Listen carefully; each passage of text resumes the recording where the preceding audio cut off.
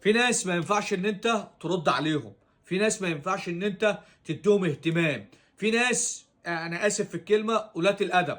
لازم لما تتكلم عن النادي الاهلي تتكلم معاهم بادب واحترام. انا عايزك تتفرج على الفيديو ده، والفيديو ده يوصل لكل واحد اهلاوي ولاعيبه النادي الاهلي عشان تعرف اتصدروا بس الدوري عملوا ايه، ما بالك لو خدوا الدوري. انا عايزك تسمع الفيديو دوت.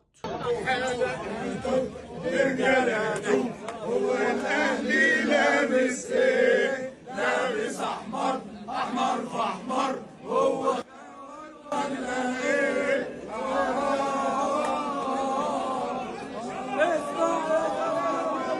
صح يا نايم، احنا الاول يا مهاوي. اصحى وصحصح يا نايم، احنا الاول يا مهاوي.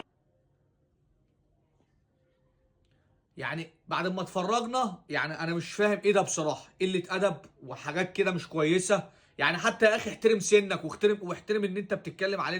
ده النادي الاهلي. عايز اقول لك ان لسه في 8 مطوشه، والاهلي انا بقول لك اهو الاهلي هياخد الدوري، وكله يعيش الوهم والاهلي ياخد الدوري. شكرا.